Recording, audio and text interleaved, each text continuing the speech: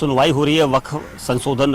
जो एक्ट आया था उसको लेकर जो याचिकाएं लगाई गई थी उस पर इस वक्त सुनवाई चल रही है और सुप्रीम कोर्ट में सीजेआई की अगुवाई में जो पीठ बैठी है वो इस पूरे मामले पर सुनवाई कर रही है। बहस जारी है। कपिल सिब्बल जो मुस्लिम पक्ष की तरफ से इस वक्त वकील हैं और वो सीनियर एडवोकेट हैं, और उसके अलावा जो अंदर और दूसरी जो टीम है वो लगातार इस पूरे मामले पर अपनी अपनी दलीलें रखने के लिए यहाँ पर समय जो दिया गया है उसके अनुसार यहाँ पर दलील दी रही है। अभी अंदर से जो खबरें आ रही हैं उसमें मैं आपको जानकारी दे दूं कि इस वक्त जो एसजी तुषार मेहता हैं उन्होंने कहा कि इस मामले में विचार के लिए 3 बिंदु चिन्हित किए गए थे, उन पर विचार होना चाहिए। यही 3 बिंदु यहाँ पर अहम भी कहे गए हैं, और क्योंकि ये 3 बिंदु जो जिनको लेकर शुरुआत से लगातार कहा जा रहा था कि इस पर विचार करना बहुत ज़रूरी है, वही 3 बिंदुओं पर इस वक्त हो रहा है। क्योंकि जो याचिकाकर्ताओं की तरफ से कहा गया है कि इस दलील से जो वो लोग संतुष्ट नहीं है, क्योंकि जो दलीलें दी गई हैं इस पर फिलहाल अभी जो अंदर की ताज़ा जानकारी आ रही है उस पर मैं आपको बता दूं कि जो एसजी तुषार मेहता हैं उन्होंने कहा है कि ऐसा नहीं है कि हमारे पास दूसरे मुद्दों पर जवाब नहीं है, लेकिन नए मुद्दे उठाना कोर्ट के साथ सही नहीं है। अभी इन 3 मुद्दों पर ही विचार करना चाहिए, और इसके अलावा अब जो सबसे अहम चीज़ इस वक्त जो बात की जा रही है वो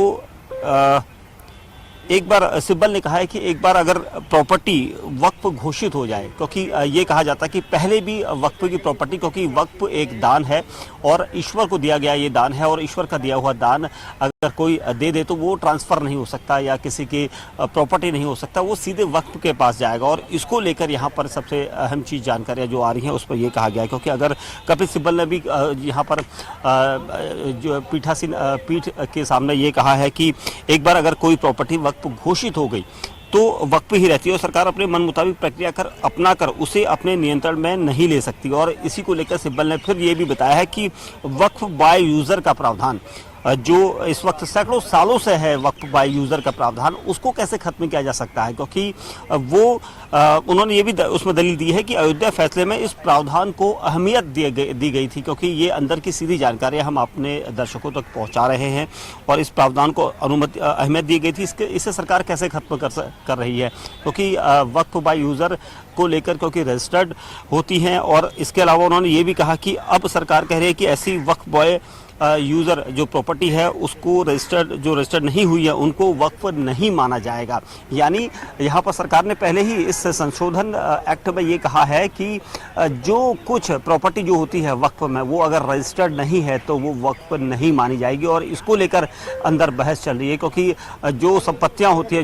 होती है उनको जो वक्फ को दी जाती है, वक्फ में दी जाती है, तो वो वक्फ से कहीं भी ट्रांसफ़र नहीं हो सकती। इस चीज़ को लेकर कहा गया था, लेकिन यहाँ पर वक्फ बाय यूज़र का मतलब साफ साफ ये समझ लीजिए कि रजिस्टर्ड नहीं है तो वो वक्फ नहीं मानी जाएगी। यानी अगर रजिस्टर्ड है तो वक्फ मानी जाएगी और रजिस्टर्ड नहीं है तो वक्फ मानी जाएगी। और इसको लेकर यहाँ पर विवाद है, क्योंकि ये दलील यहाँ पर दी जा रही है कि कैसे, क्योंकि कई सारी प्रॉपर्टियाँ ऐसी हैं जो वक्फ के नाम पर हैं लेकिन रजिस्टर्ड नहीं है। तो ऐसे में क्या ये जो रजिस्टर्ड नहीं है प्रॉपर्टियाँ वो वक्फ से छीनी जाएंगी, क्या वक्फ के पास नहीं रहेंगी, कितने लंबे समय तक, क्योंकि ये प्रोसीजर जो है अब इस वक्त है। और इसी को लेकर कपिल सिब्बल यहाँ पर सुप्रीम कोर्ट में अपनी दलील रख रहे हैं। उनके अलावा उन्होंने ये भी कहा है कि वहीं कोर्ट ने उनसे जब पूछा कि क्या वक्फ बाय यूज़र प्रॉपर्टी के रजिस्ट्रेशन का प्रावधान पहले से था,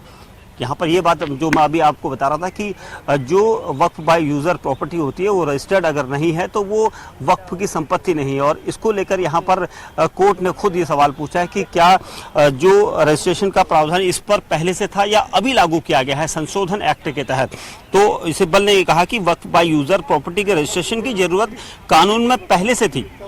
पर पहले ऐसा नहीं था कि रजिस्ट्रेशन ना होने पर उसका वक्फ प्रॉपर्टी का स्टेटस खत्म हो जाएगा। और कोर्ट ने सिब्बल की इस दलील को रिकॉर्ड पर लिया है, यानी इसको माना है, क्योंकि कपिल सिब्बल ने जो कहा कि वक्फ बाय यूज़र प्रॉपर्टी के रजिस्ट्रेशन की ज़रूरत कानून में पहले से थी, क्योंकि जो रजिस्ट्रेशन हो चुका होता है वो एक रजिस्टर्ड एक मेंटेन हो जाता है कि ये प्रॉपर्टी फला जगह की जो है वो वक्फ के अधीन है और इससे कोई छेड़छाड़ नहीं की जाए। और इसी को लेकर यहाँ पर उन्होंने ये भी कहा कि घर पर पहले ऐसा नहीं था कि रजिस्ट्रेशन ना होने पर उस पर वक्फ प्रॉपर्टी का स्टेटस खत्म हो जाएगा। अगर कोई प्रॉपर्टी वक्फ के पास जाती है तो उसका अगर रजिस्ट्रेशन नहीं हुआ तो उसका स्टेटस खत्म नहीं माना जाएगा, ये भी कपिल सिब्बल ने कहा। और इसको लेकर यहाँ पर कोर्ट ने जो है सिब्बल की इस दलील को रिकॉर्ड पर रख लिया है। उसके उसके अलावा सिब्बल ने कोर्ट को स्पष्ट किया कि 1923 से पहले वक्फ बॉय प्रॉपर्टी के रजिस्ट्रेशन की क्या जरूरत थी।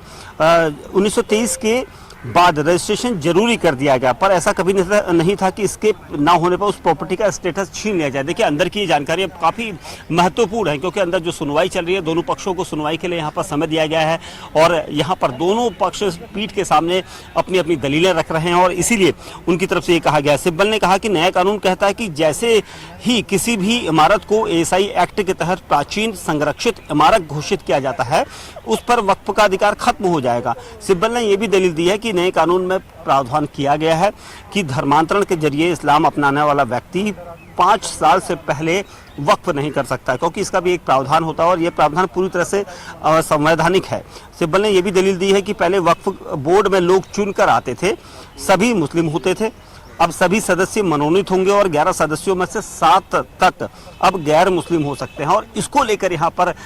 जो विरोध किया गया था मुस्लिम पक्ष की तरफ से कि गैर मुस्लिम कैसे वक्फ के अंदर बोर्ड में वो शामिल हो सकता है, और यहीं पर ये भी एक बिंदु यहाँ पर अहम माना जा रहा है, जिसको लेकर ये सुनवाई और इस पर भी दलील वहाँ पर रखी जा रही है कि जब मुस्लिम बोर्ड गठित होगा तो उसमें गैर मुस्लिम की क्या ज़रूरत है। इसको लेकर यहाँ पर बहस पिछली बार भी हमने देखी थी 15 मई को जब समय दिया गया था, और इसीलिए यहाँ पर चीफ जस्टिस की एक अहम टिप्पणी भी आई है। आमतौर पर कोर्ट किसी कानून पर अपना फैसला लेने तक उसके अमल पर अंतरिम रोक नहीं लगाता है। वहीं एक ऐसा केवल तभी होता है जब कानून को चुनौती देने वालों का केस बहुत मजबूत हो। ये अंदर से आने वाली जानकारी हम लगातार अपने दर्शकों तक पहुंचा रहे हैं और याचिकाकर्ताओं की तरफ से सिब्बल ने ये कहा कि अगर वक्फ की किसी प्रॉपर्टी पर यह दावा किया जाता है कि वो सरकारी संपत्ति है और कमिश्नर इसकी जांच करना शुरू कर देता था। ये देखिए, ये दूसरा बिंदु है, इस बिंदु की बात हम जरूर कर रहे थे और इसी बिंदु को लेकर मैं यहाँ पर बताता हूँ कि अगर वक्फ की किसी प्रॉपर्टी पर यह दावा किया जाता है कि वो सरकारी संपत्ति है और कमिश्नर इसकी जाँच करना शुरू कर देता है, तो उसकी जांच के शुरू होने के वक्त से उसका वक्फ प्रॉपर्टी का स्टेटस नहीं माना जाएगा और जांच के नतीजे पर पहुंचने का इंतजार नहीं करना होगा। ये प्रावधान अपने आप में मनमाना है और इसको लेकर भी ये यहाँ पर इसको लेकर भी इस वक्त ये सारी चीज़ें यहाँ पर रखी गई हैं। और ये भी कहा गया, सुप्रीम कोर्ट ने पूछा क्या वक्फ प्रॉपर्टी एएसआई के अधीन आने से धर्म पालन का अधिकार छिन जाता है। अगर कोई वक्फ की संपत्ति है और अगर वो एएसआई के अधीन यानी आर्कोलॉजिकल स्टेट ऑफ इंडिया का यहाँ पर अगर इसमें प्रावधान होता है तो क्या वो उसका अधिकार, धर्म पालन का अधिकार छिन जाता है। तो सुप्रीम कोर्ट ने यह भी कहा कि खजुराहो में एक मंदिर, ये यहाँ पर सुप्रीम कोर्ट की तरफ से कहा गया है, खजुराहो में एक मंदिर एएसआई के संरक्षण में है, फिर भी लोग वहाँ जाकर पूजा प्रार्थना कर सकते हैं। सिब्बल ने कहा नया कानून कहता है कि अगर कोई संपत्ति एएसआई संरक्षित है तो यह वक्फ नहीं हो सकती है। ये अंदर की जानकारी हम आपको दे रहे हैं जो इस वक्त सुप्रीम कोर्ट में, माननीय सुप्रीम कोर्ट में सुनवाई चल रही है, अहम सुनवाई है वक्फ को लेकर। उसका जो यहाँ पर जो दलीलें अंदर दी जा रही है वो डायरेक्ट हमारे रिपोर्टर वहाँ से हमें दे रहे हैं और उसको लेकर हम यहाँ पर सीधा सीधा उस दलील को पढ़ रहे हैं। सीजीआई ने पूछा क्या वक्फ प्रॉपर्टी एएसआई के अधीन जाने से क्या आप वहाँ जाकर प्रार्थना नहीं कर सकते। अगर कोई प्रॉपर्टी एएसआई के अधीन चली जाती है और वो एक धार्मिक स्थल है तो क्या आप वहाँ पर पूजा अर्चना नहीं कर सकते, ऐसा सीजीआई ने पूछा है। तो सिब्बल ने कहा अगर आप कहते हैं कि वक्फ मान्यता रद्द की जाती है तो इसका मतलब अब वह प्रॉपर्टी वक्फ नहीं है। मेरा कहना है कि यह प्रावधान अनुच्छेद 25 का उल्लंघन है और इसको लेकर लगातार जो अलग अलग चीज़ें अंदर से आ रही हैं, क्योंकि दलीलें काफ़ी हैं, जो दोनों पक्षों को समय दिया गया है कि वो पीठ के सामने अपनी दलीलें रख सकते हैं। वक्फ को लेकर ये संशोधन, क्योंकि पिछले 15 मई को भी हमने देखा था कि जिस तरह से हम सोच रहे थे कि इसमें पूरा कुछ निकल कर आएगा, लेकिन 20 मई यानी आज की तारीख दी गई थी और इस पर आज दोनों पक्ष यहाँ पर अपनी अपनी दलीलें रख रहे हैं। और इस पर यह भी कहा गया कि वकील